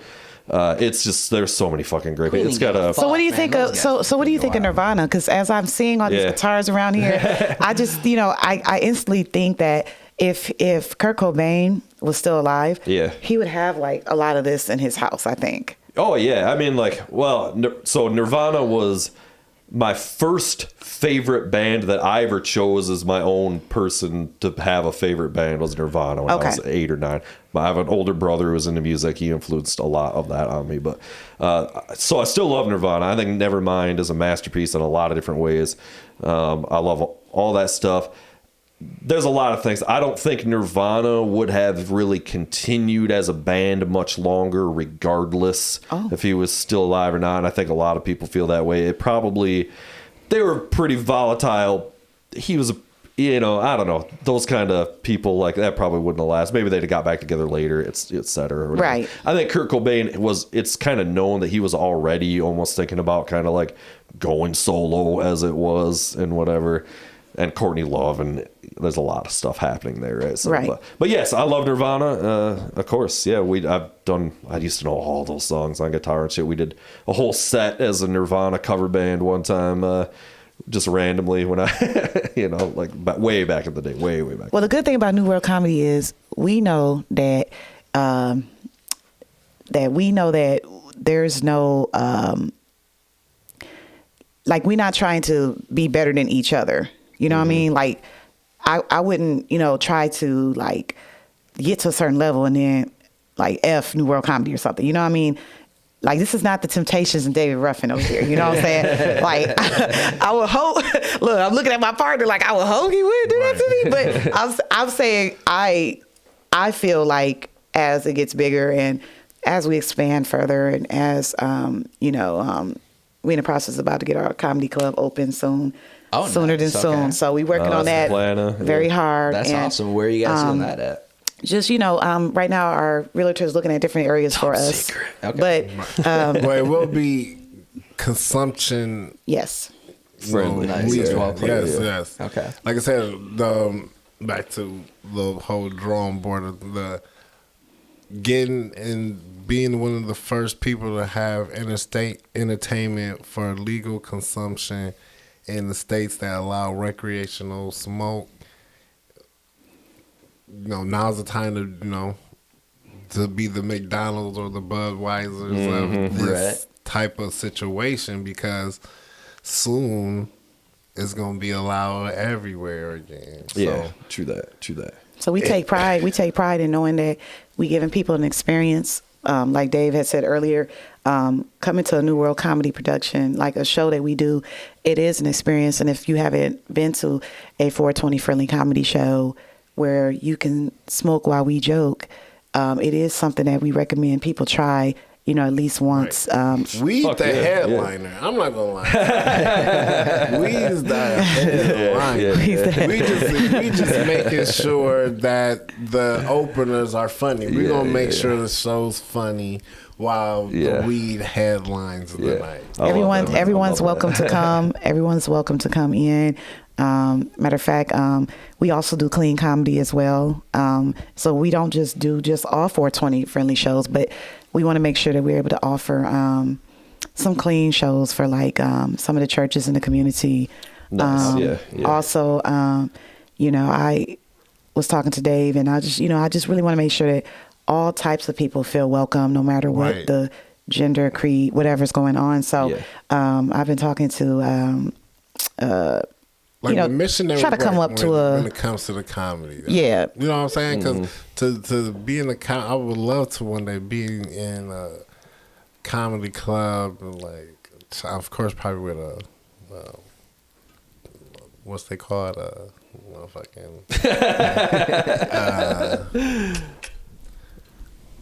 What, like whoever tells you what they like an saying. MC? No. Yeah, what? I don't know.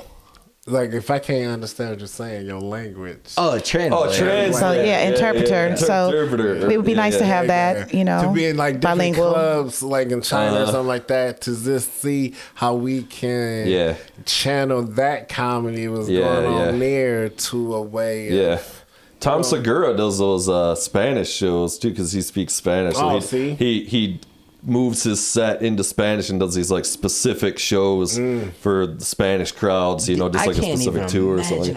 He said it's hard because the way language and everything, the way a joke would set up, you know what I mean? It doesn't work the same, or the cultural reference isn't there, That goes back to the universal part, because there's a meaning of like there's a central meaning of laugh. Would love to be able to do a show for like people that are deaf. Like it would be nice to be able to have a person in the building that can translate, sign language through sign language. That would be something dope to do for. They like comedy too. They want to laugh too, but they laugh their own way. Also, I'm working on putting together a show for Pride. I want to make sure that comedians that are in the lifestyle can also feel welcome to come, and we can do shows with them too. So we just want to make sure everyone understands we're here for the common ground, and that's for the green. And I'm not talking about the money. I'm talking about the smoke. I'm talking about the smoke. So a little from column A, a little from column B. Let's take a break on that note real quick because I got to take a piss, and then we'll maybe get into some news bits a little bit here. You guys got time? I need to know what's going on. All right. Like I said, I don't watch nothing. Well, I watch a lot of things. Right, that's a good balance. I watch a lot of things. All right, wait for it.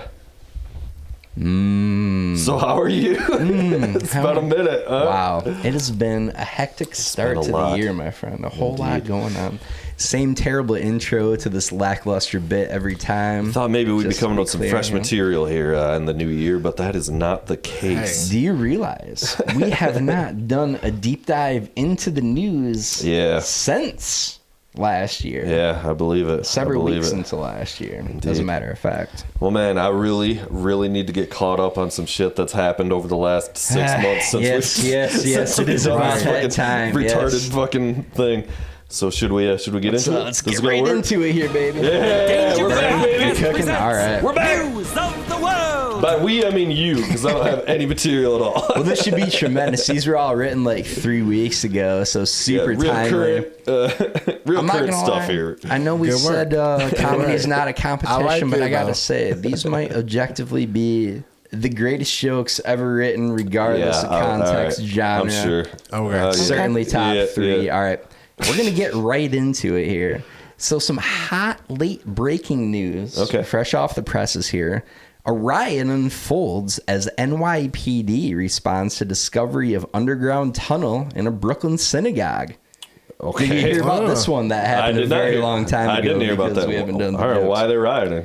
So police say 9 worshipers were arrested amid a dispute over a tunnel secretly dug into the side of a historic Brooklyn synagogue, setting off a brawl between police and those who tried to defend the makeshift passageway.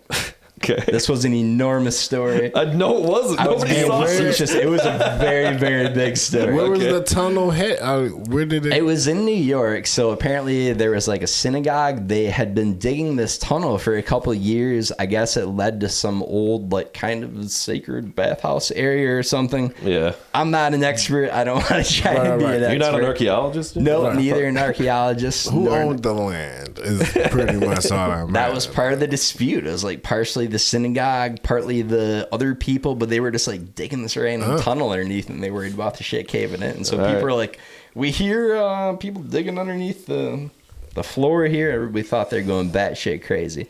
In any event, having said all of that, when police showed up with a cement truck in an attempt to fill in the tunnel, a group of worshipers began shoving the officers, tossing wooden desks, scattering prayer books, after which one officer appeared to deploy pepper spray at the jeering group.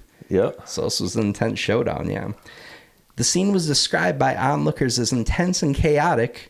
A real Hebrew ha-ha. A real Hebrew ha-ha. Speaking of my affinity for 20-minute setups for a lackluster punchline, here we go. Well, I'll say this. When it comes to hard work, they've been known to build some things. So I'm not surprised about any. It was good stuff. That is wild, though, man. That's wild. It was an intense. I thought you were breaking my balls. This I have no idea what that is. Very, very big story. I'm out of the loop too. I don't like. You don't watch shit. I don't watch the news. And that's why I need 2 more though. Well, fortunately for you guys, we're gonna hear. I'm happy that because that's good to know because I'm bringing the hot goss from the streets here. I got the freshest of news from last month when I wrote these jokes. So we'll keep going here. All right. So aliens at Miami Mall. Say LOL. I heard about this. Okay. All right. So we got a winner with the crowd here. Videos from an outdoor mall in Miami stoked wild claims this week. 3 weeks ago on social media that aliens had landed on Earth after a blurry aerial footage of a gray figure surrounded by dozens of police cars and several helicopters was released. However, police stated it was merely in response to a group of teenagers fighting and potential gunfire. So apparently it was a non-story, Though officials continue to dispel rumors and have stated repeatedly that the gray figure seen in the footage was in fact not an alien, skeptics are refusing to stand down until the government can definitively show proof of the man's green card. Wow, dude. Right? No. That took a second. I'll stink myself. Pick you up, drop you off. I like that. Some critical misdirection there. I thought that was brilliant work myself. Well, if you love that one, this one is almost assuredly going to crush with the crowd here. Jonathan Taylor Thomas, your boy. Jonathan Taylor Thomas, JTT, surfaces publicly for the first time in 2 years. Okay.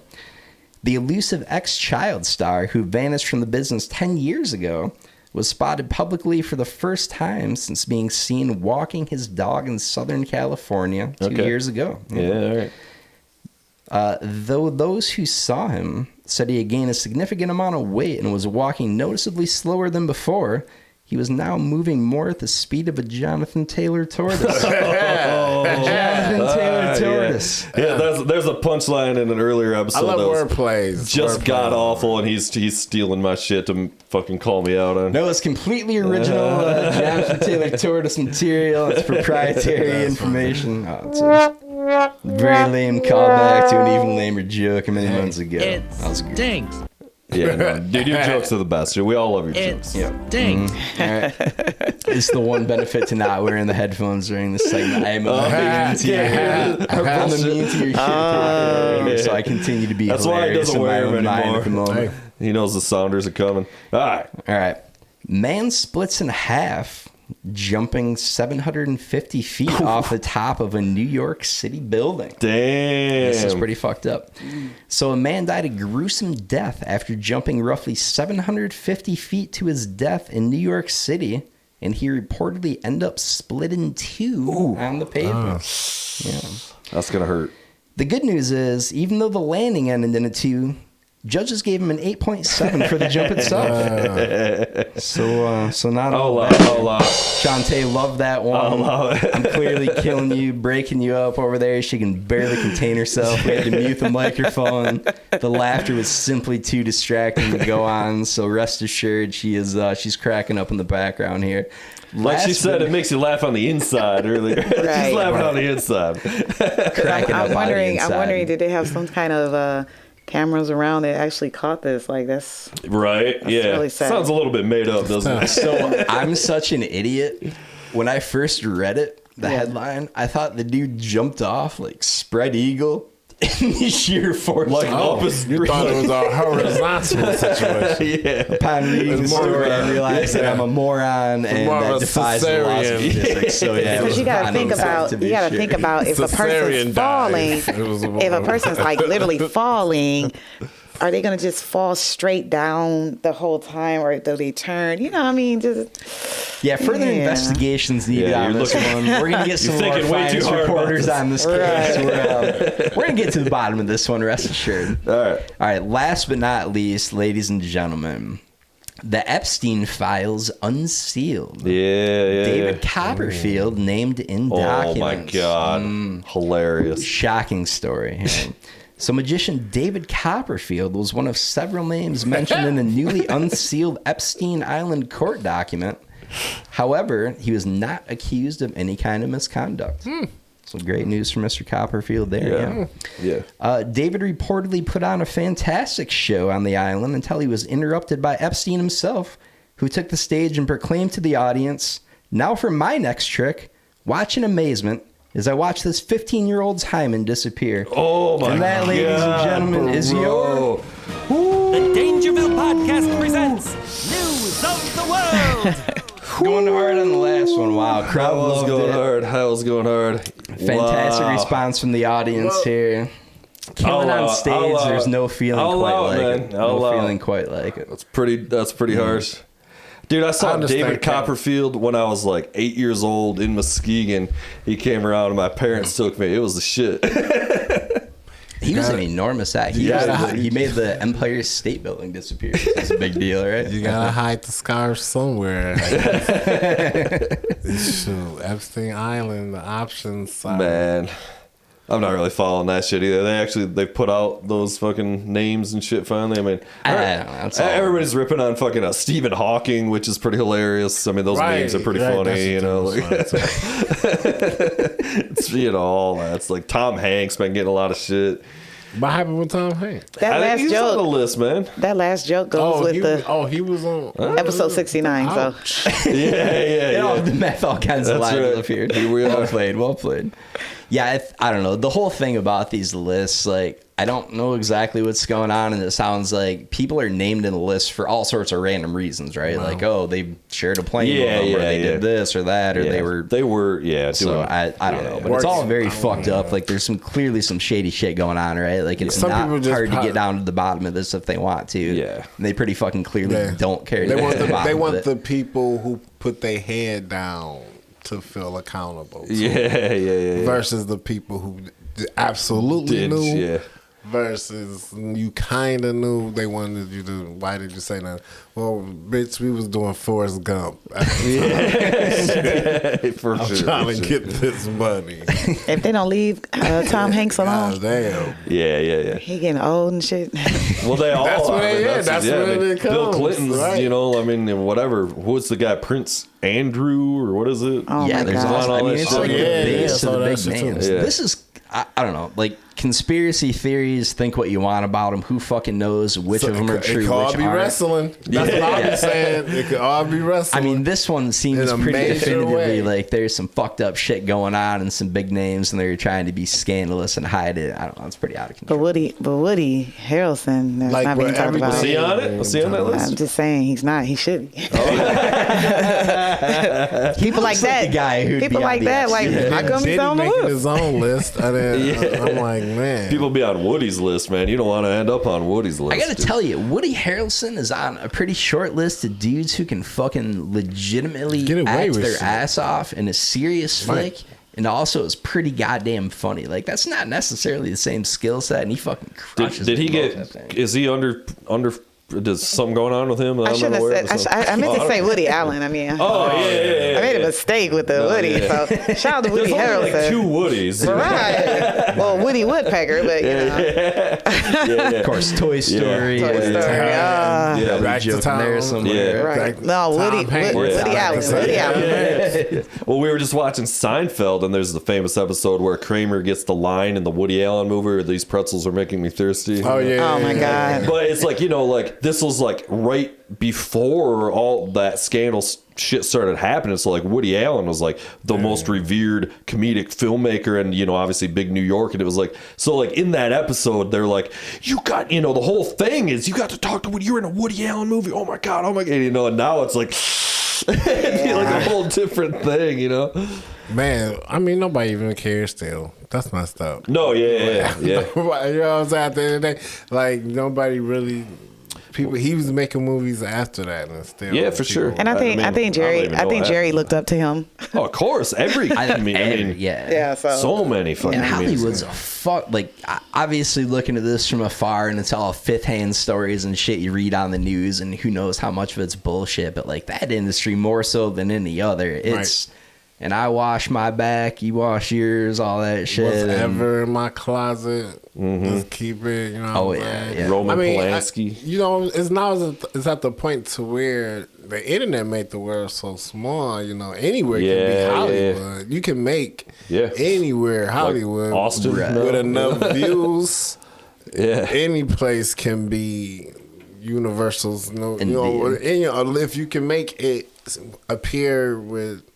Like we were just talking about the editing and things, you can make anything appear anything nowadays.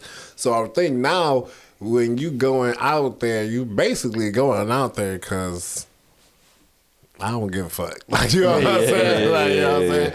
So now it's kind of like, because it's not like you can't not make it. You know, it used to be times where you could only go there in New York to really make it. Entertainment. A little more repetitive. You had to get on the Tonight Show. Internet. Now, you got people on the internet, more famous than stars who are in LA. The barrier to entry now compared to what it was is non-existent, right? Like to your point, you got to find the right one. Go to New York, you might have get to on invest a show, money in sponsoring your whatever, but if you got a phone, you can fucking make whatever. You can make a YouTube or a TikTok or whatever the fuck you want to do. The equipment's not some fucking $10,000 movie camera anymore. It's like the phone you've got in your pocket, and you don't need the executive. You put it up here and fucking. Get it on YouTube and edit it yourself, and done deal. You know, done deal. Well, at least you got a Tubi. Right? You know what I'm saying? Yeah, indeed. And there's a lot of superstars and just common people, you know, with their own adult accounts and all kind of stuff. Yeah, doing the OnlyFans on the side. OnlyFans, yeah. Speaking of, check me out at OnlyFans.com/. So come out, check out our OnlyFans, the Dangerville OnlyFans. Yeah, that's the after segment of the show. Yeah, it's after the guest leaves. Did he talk to you guys about that part after the show? Because he didn't mention that part. Shit. Yeah, so you guys got a show coming up tomorrow night, you're saying, which I would come to. I'll come to the next one or whatever. Hit me up and let me know. But I won't be able to make tomorrow's. But what's going on with that one? Well, tomorrow is the best show of all, actually, because it's our Wheel of Smoking show. So at this show, people have an opportunity to win cash prizes, or they can spin the wheel and win something off the actual wheel. Oh, fun.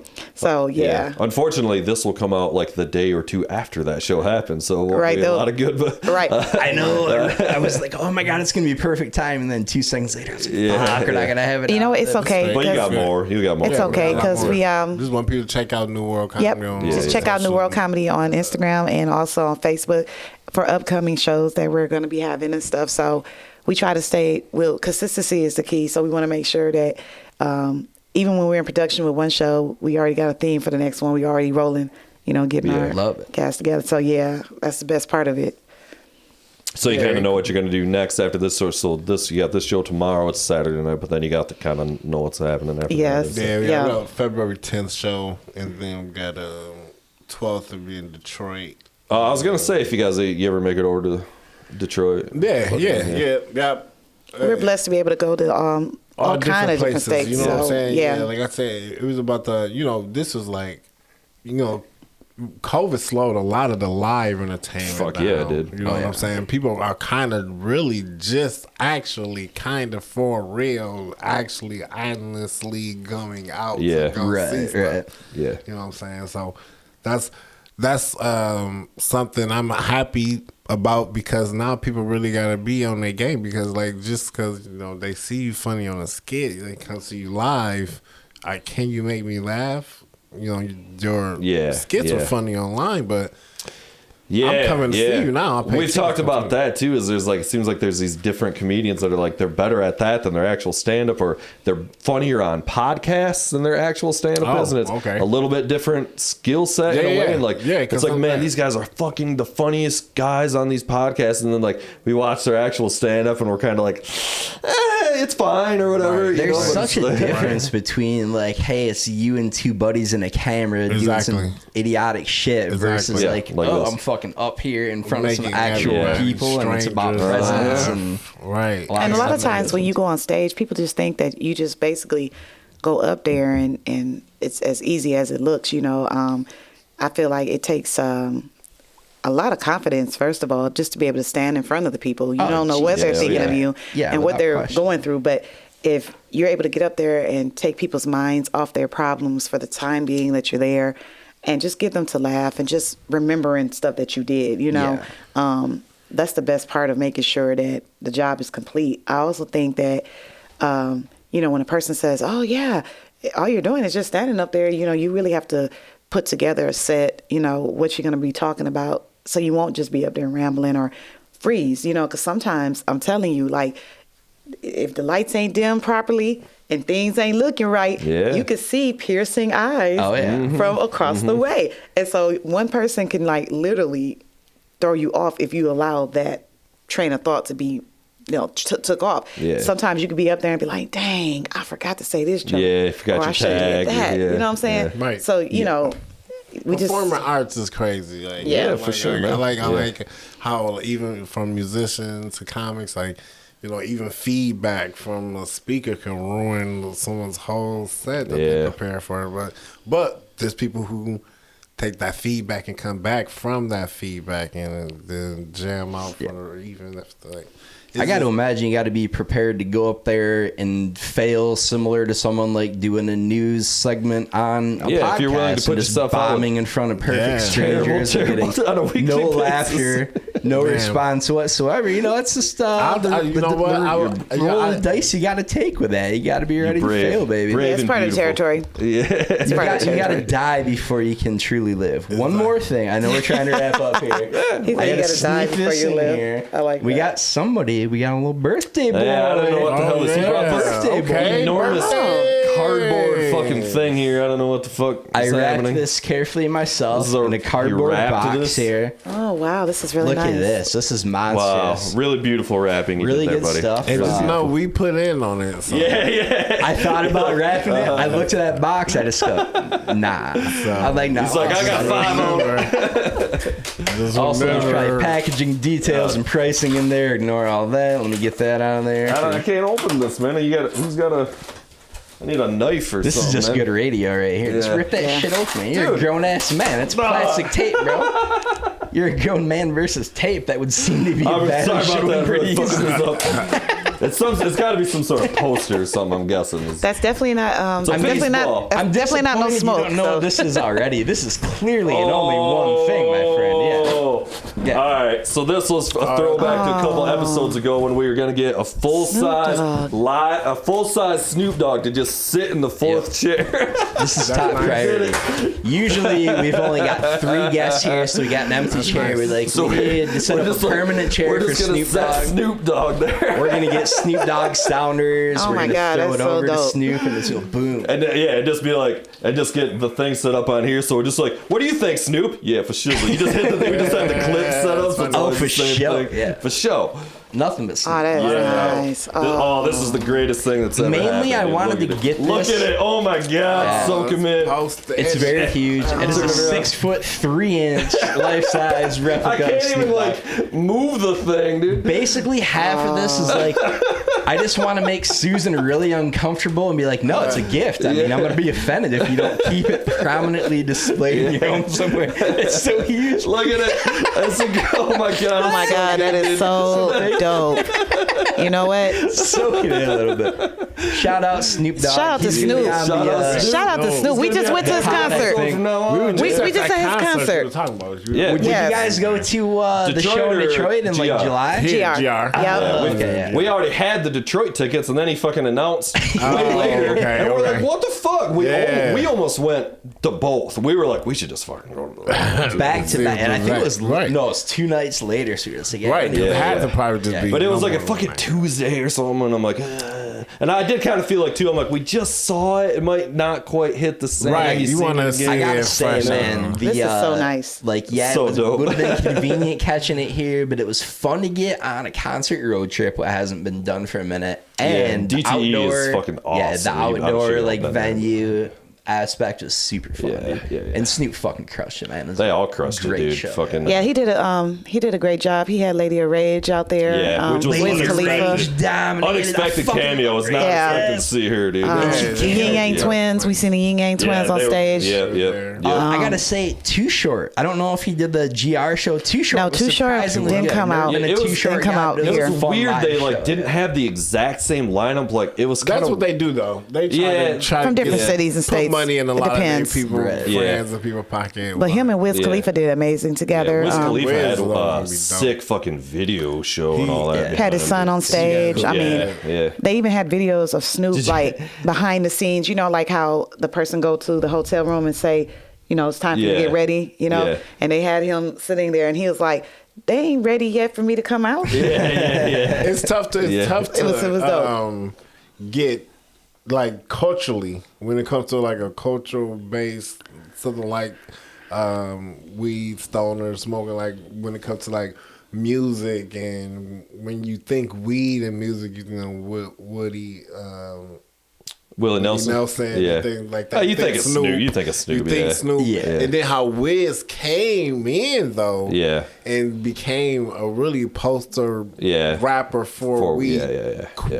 Like That just dude smokes a lot. Quick. Yeah. But I think that's definitely due to the mixtape he came out with. My knowledge of rap literally shut off after 2002. I don't know a fucking thing after. I didn't even know Wiz Khalifa's catalog. And Wiz Khalifa is so huge. I was like, the black and yellow. So I didn't even know that was Wiz Khalifa's. Because I was just like, once I fucking... Shout out to Snoop because, you know, he had also paid tribute to Pac. He dude, the whole Nate Dogg. Paid, I mean, like, I'm a you know, tribute Nate to Dogg, Biggie. He did a song and made sure that those legends, they never will die. So, you know, we mad love and respect to Snoop. Also, shout out to DeMarcus Beatty. He's got a shop out here called Designer Dugout, where he they do hair and stuff, but he also has a jewelry a jewelry company out here. Rolled in, right? Okay, so what happened was they made a customized pair of Chuck Taylor gold with the diamonds on it for Snoop, and they presented it to Snoop. That's sick. And the good thing about it is not only is Snoop still wearing it, he might not wear it like every day or anything, but he still wears it with different outfits. It was dope. That's bad. Did you guys see though fucking Wiz like making fun of Grand Rapids though about like the hotel or something? You know, I heard about that, but unfortunately, he was talking shit. It was just funny, you know. Right, but yeah. I don't watch things. But he still got paid from people from Grand Rapids. Yeah. Talking all that shit for what? He was like, why do I want to be in some raggedy ass hotel in Grand Rapids when I got my dope ass bus? That was it. He was Man, like, that's that bullshit. It is. It was funny though too. A rapper stunt. They talking. Yeah, he was stunting, but shit, all the money people paid just to see him. You know what I'm saying? That didn't make no sense. Yeah. He got to know where his bread and butter coming from, bro. You know? Yeah. They got to set up. Yeah, indeed. They put him up the Best Western. He's like, fuck this. Motel. No, we got nicer hotels in the Best Western, though. I'm saying that they right, stiffed us right. is what I'm saying. Right. They're like, yeah, no, we at the Amway Grand. He's like, no, we put you up at the Best Western. Yo, fuck this. Yeah. Look, as soon as Wiz seen all that traffic, Grand represent. look, as soon as he seen all that Good traffic stuff. downtown, he said, fuck that. Just give me Yeah. the money instead of the room. I'll stay in my bullshit. Yeah. Take me to get some more smoke. That's what we can do. This is really nice, though. Oh, my Happy God. birthday to you, man. Thank you. Happy birthday. Happy birthday. Big 40. Big 40, Big man. 40, Over oh, that man. hill. Yeah. I'm 42, so you That's know cool, what? yeah, It's yeah. all good, man. No, it's all good. Yeah. Hey, the 40, I ain't tripping. the 40 is the new 30, though. I'm gonna tell you that. So you only as old as you feel. Yeah, you know for what I mean? sure. Yeah, for sure. Yeah. So Yeah, because age don't mean shit no more. Yeah, I true mean, that. the whole little. Having said that, let's be honest. We both got about 20 years left if we're lucky. On the high that's side there, but you know, That's from the we're gonna hours kill of it for the next few. At least. boozing and smoking and if we decrease it now, we might still have at least like 30 more years. yeah, we're gonna be doing. So where should people follow you guys online and whatnot? You got all that going on? Yes. Yeah. Facebook, comedian Dave Jones, comedian Turbulence Tyme, New World Comedies, the main page. That's the whole umbrella of it all. Yeah, it's all the Turbulence shit with on a the T, so it's like TURBULENCETYME. So you can find me on Instagram, Facebook. gram. She on the gram. Yeah. I need to get my page up, so get them follows up, y'all. Yeah, For sure. Come out, support New World Comedy. We definitely gonna give you a run for your money. We the new wave. We just definitely. blessed, Come thankful. out to the shows. Yeah, man. We at Dangerville, man. We appreciate y'all, man. We appreciate It's Dangerville. Bill. Dangerville, yeah. Dangerfield is yeah. And anybody Nobody cares. And anybody that might be listening, like if you do comedy or if you're interested in trying to do an open mic or whatever, if you hit comedian Dave Jones up on Facebook, like through his DM or whatever, we willing to try to give people the opportunity, like I said earlier, to come out and just try it. You never know who's up next. Never know next. So We'll talk after. I'm pretty sure I showed great promise. Yeah, bro. Yeah, you did. A whole news, Yeah. a whole news segment. Right. No, Yeah. Hey, thank you guys again. I know we were fucking around with scheduling, so appreciate it. Sorry to be a pain in for the sure. ass. I don't know. We straight. We No, appreciate Thankful this, to man. be able to be on. This fuck Thank you for letting us come in. Yeah, you man. know? I can't wait to see what y'all got to the future. I really, really, really hope when y'all I'm definitely gonna keep tabs on it because the video aspect of everything that's gonna come, I just want to already speak life into it because Yeah. it's Yeah, already going. And let's be honest, It it's already kind of seemed a like- shame to hide these gorgeous Yeah, I faces mean- from the world. I mean, So it's honestly, top priority we're both getting that preposterously camera good moved up, looking. yeah. It's It's ridiculously When good looking. I said, "What? You sure it's not Ugly 20?" motherfuckers over here. We're getting a camera, but we're just gonna put it on the Snoop cutout. That's all it's gonna be on. Yeah, the views will go up definitely. Yeah, well, put it on Snoop's face, probably. right? We're like, hey, we're finally getting listeners. Like, just putting Snoop on. Anyway, stay in touch, guys. Fucking Yeah, let us man. know what's happening with the next shows. Obviously, I can't make this one, but I'd love to come out and see you guys. Yeah, we got some what's going on. great ones coming. Yeah, some for great sure. ones coming, man. For sure, man. All right, y'all. Thank you so much for coming out. Thanks for Appreciate listening, you. everybody. Thank you so much for having us. We Peace, appreciate y'all. Peace. Hey.